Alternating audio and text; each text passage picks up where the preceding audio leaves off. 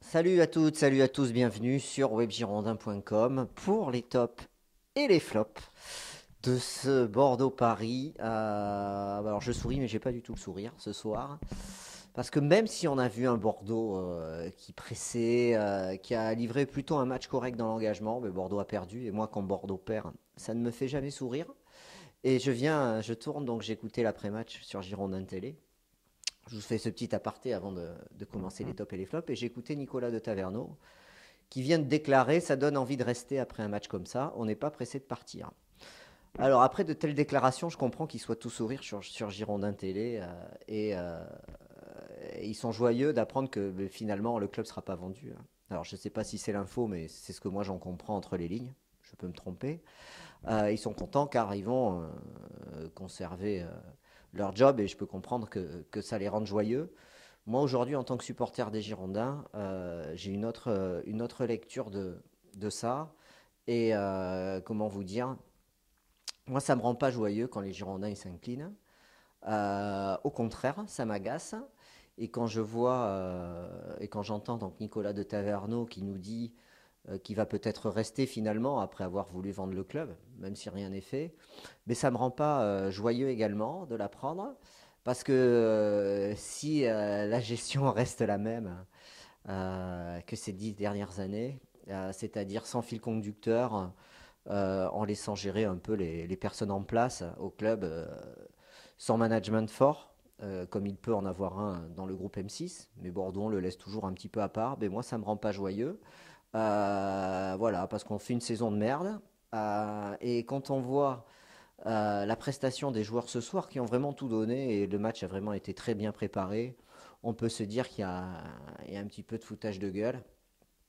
Parce que c'est à chaque match que moi j'ai envie de voir une équipe comme ça, des Girondins de Bordeaux. C'est à chaque match que je veux voir les joueurs se battre et je ne vois pas pourquoi les joueurs ne pourraient pas livrer une telle prestation à chaque rencontre de Ligue 1. Il y en a 38 dans l'année. Je pense qu'ils sont capables de mettre cette intensité sur 38 rencontres. On a un effectif qui est développé, on a plus d'une vingtaine de joueurs professionnels, donc ils sont capables de mettre cette intensité. Ce qui manquait ce soir, c'est finalement les buts et la dernière passe et la réussite. Il y a eu un très grand aréola, pardon. Donc je vais faire les top flops. J'ai juste changé mon micro de main. Voilà, donc moi je ne suis pas très joyeux ce soir parce que quand Bordeaux perd, ça ne fait pas rire.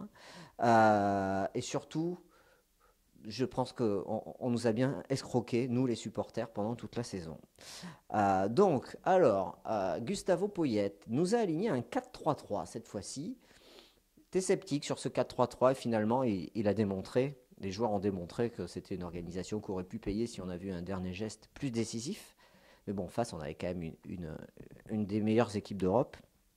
Donc, on avait Costil dans les buts, Sabali, Koundé, Pablo, Punje qui revient pour la défense. On a le trident du milieu de terrain avec Plasil en sentinelle, le rageur et Sankaré. Et devant, donc on a Malcolm à droite, Martin Braithwaite en pointe et Camano à gauche. J'ai pas grand chose à dire sur ce 4-3-3. J'aurais préféré le même dispositif que la semaine dernière avec Malcolm en neuf. Mais bon, les joueurs ont prouvé qu'avec cette intensité énorme qu'ils ont mis dans le pressing, eh bien, ça pouvait être payant. Mais bon, peut-être qu'en mettant autant d'intensité, on manque de lucidité devant le but, c'est dommage. Voilà, alors je vais faire les tops et les flops. Et je parlerai du coaching de Gustavo Poyet après. Costil n'a pas tellement rassuré sa défense. Je trouve qu'il manque de, il s'impose pas dans sa défense. On l'a vu en début de match avec Koundé, où il se parle pas à deux reprises. Il n'y en a aucun des deux qui parle. Le gardien, il doit gueuler, il doit dire laisse-la ou prends-la, quoi. Prends ou laisse, quoi. À un moment donné, on arrive en fin de saison, 34e journée, ils doivent avoir des automatismes. C'est obligé.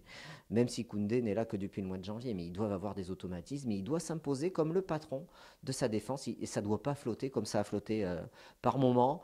Il a fait de beaux arrêts et de bonnes sorties. Donc match correct de la part de Costil sur le but, il peut pas grand-chose. Frappe à ras de terre, il y a une dizaine de joueurs dans la surface de réparation, c'est très compliqué. Sabali, très bon Sabali. J'ai envie de le mettre dans les tops parce que je trouve qu'il a vraiment apporté sur son côté droit. Il s'est démené, il a donné un caviar à Camano en première période. Il lui dépose sur la tête. Et vraiment très bon match de sa part. On voit quand même sur cette deuxième partie de saison un très bon Youssouf Sabali en poste de latéral droit. Koundé, Bon match de Koundé, rien à dire. Il a une occasion énorme en fin de partie, mais elle est détournée par Berniche. Et par Areola, il aurait pu égaliser, hein. Il était dans la surface de réparation, Jules Koundé. Très bon match de sa part. Une nouvelle fois, il confirme homme fort de la défense bordelaise pour les années à venir, hein, s'il ne part pas, hein. Pablo, tête sauvée par Areola, lui également, il a une tête énorme. Il la met, une manchette réflexe d'Areola sort ce ballon qui allait au fond du but. Très bon match de Pablo. Je pense qu'on peut le mettre dans les tops ce soir, Pablo. Très très bon dans la relance, hein. C'est vraiment une de ses qualités, c'est qu'il est là sur l'impact physique. Il est très bien placé face au jeu. Il a un beau jeu de tête et il a une qualité de relance qui est vraiment très propre. Voilà, donc au top, Pablo. Maxime Pounjé, une première mi-temps énorme de Maxime Pounjé, au pressing, dans l'engagement. Il a joué en première intention, il a tout donné. Il a baissé un peu de pied en deuxième période. Je trouve qu'il a fait un très bon match, Maxime Pounjé, vraiment rien à dire. Je trouve que c'est la saison où il s'affirme le plus au poste de latéral gauche. Espérons qu'il la termine sur cette belle note qu'il a livré face à Paris. Je ne mets pas dans les tops, mais vraiment un très bon match de sa part. Plasil, bon match de Plasil, j'ai pas grand chose à dire, il fait un match correct dans l'orientation du jeu, il a été utile dans le jeu de transition et même dans la maîtrise tactique de l'équipe, il a bien placé les joueurs et son milieu de terrain. Bon match, remplacé par Laborde à la 78e minute. Laborde fait une tête sur Areola. Après, pas grand chose à dire sur l'entrée de Laborde. Il a joué que 10 minutes et c'était pas les meilleures minutes de Bordeaux.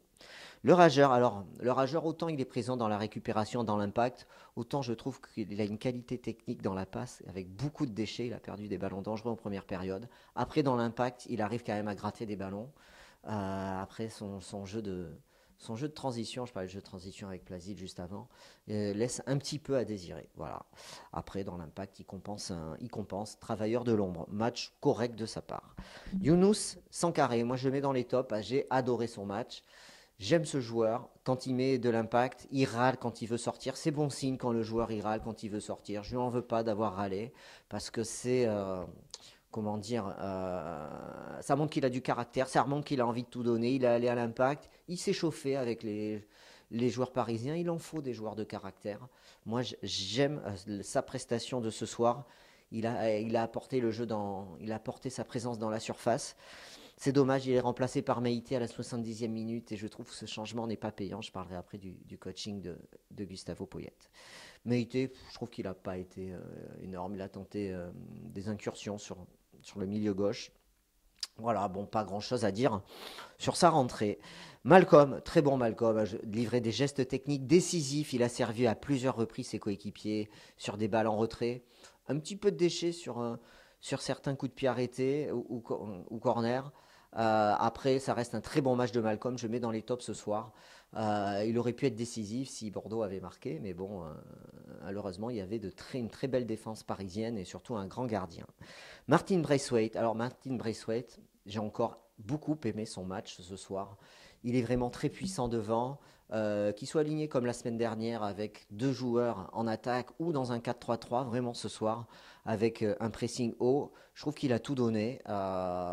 Il joue juste, il a de la puissance. Et si on le compare à Laborde, je trouve que par rapport à Gaëtan Laborde, il a beaucoup plus d'expérience, beaucoup plus de vécu et il apporte énormément. Je trouve qu'il c'est un joueur qui est plus complet que Gaëtan Laborde et qui fait énormément de bien au jeu des Girondins. Et ce soir encore, je le mets dans les tops. Et il fait une frappe à ras du poteau en première période, détournée par Areola, remplacé par Depréville à la 70e. Voilà, les deux premiers changements par Poyet. Et Depréville, j'ai pas aimé son entrée. Il a eu du mal à se mettre dans le rythme du match sur son entrée. Après, il a eu quelques bons ballons, mais c'est léger. On voit qu'entre Braithwaite, Depréville et Laborde, on voit que Braithwaite, je trouve, dégage plus de puissance et est largement au-dessus des deux autres. Voilà. Camano, alors une énorme tête ratée, beaucoup d'envie de François Camano dans cette première période. Pardon. Beaucoup d'envie et beaucoup de déchets. Voilà, parfois c'est un peu embrouillé en deuxième période. Match moyen au final, je trouve, de Camano. Il a une tête, il a un service de Sabali en première mi-temps. Il est tout seul au deuxième poteau et il dévisse complètement sa tête. Quel dommage, quel dommage. Il a beaucoup d'envie, mais c'est brouillon, c'est trop brouillon et c'est pas décisif. Voilà. Donc ça, c'est regrettable. Alors, sur les entrants, je trouve que le coaching de Poyet, Meïté pour Sankaré et Braithwaite pour Depréville, c'est pas un bon coaching. On l'a fait à 0-0. Alors, je ne sais pas si c'est ça qui amène le but de Paris, mais en tout cas, moi, ça ne m'a pas plu parce qu'il sort vraiment deux joueurs qui apportaient énormément dans l'engagement sur le terrain. Il les sort et je trouve que l'équipe a été un peu moins performante ensuite.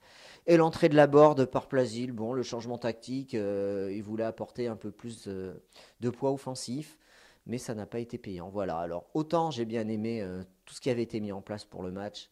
Ce 4-3-3 qui a bien marché, malgré mes réserves, et l'engagement des joueurs, ça avait été très bien préparé, ça a été très bien fait. Autant le coaching en cours de match, je trouve qu'il est raté. Et je pense que, je ne sais pas ce qu'il aurait fallu faire, mais en tout cas, sortir Sankaré et Braithwaite, il ne fallait pas les sortir. Parce que ce sont des joueurs qui apportaient beaucoup au jeu des Girondins. Voilà, donc Bordeaux reste 11e, on ne marque pas de points, on se fait distancer, c'est logique. Je ne vois pas comment on aurait pu accrocher l'Europe. À titre personnel, j'y croyais pas. J'ai jamais mentionné que j'y croyais ces derniers matchs. Et malheureusement, ça se confirme. J'aurais aimé qu'on gagne, manque de réussite. Après, quand on voit l'engagement des joueurs, je ne vais pas répéter ce que j'ai dit en début de vidéo, mais c'est à chaque match qu'on veut voir ça. Voilà, donc la saison est longue, la saison est dure. Voilà, il y en a qui les aiment longues et dures. Moi, les saisons comme ça, je les apprécie, mais alors pas du tout. Du côté des Girondins, il reste 4 matchs. On va voir si on s'est fait escroquer toute la saison et si sur ce match-là, ils ont voulu nous jouer les escrocs, les joueurs. Et on verra à Dijon s'il y a autant d'engagement et d'envie. Allez, salut et on se retrouve toute la semaine et sur Web Girondin et pour le talk mardi soir à 21h jusqu'à 22h30 sur O2 Radio et webgirondin.com. Allez, salut, à bientôt.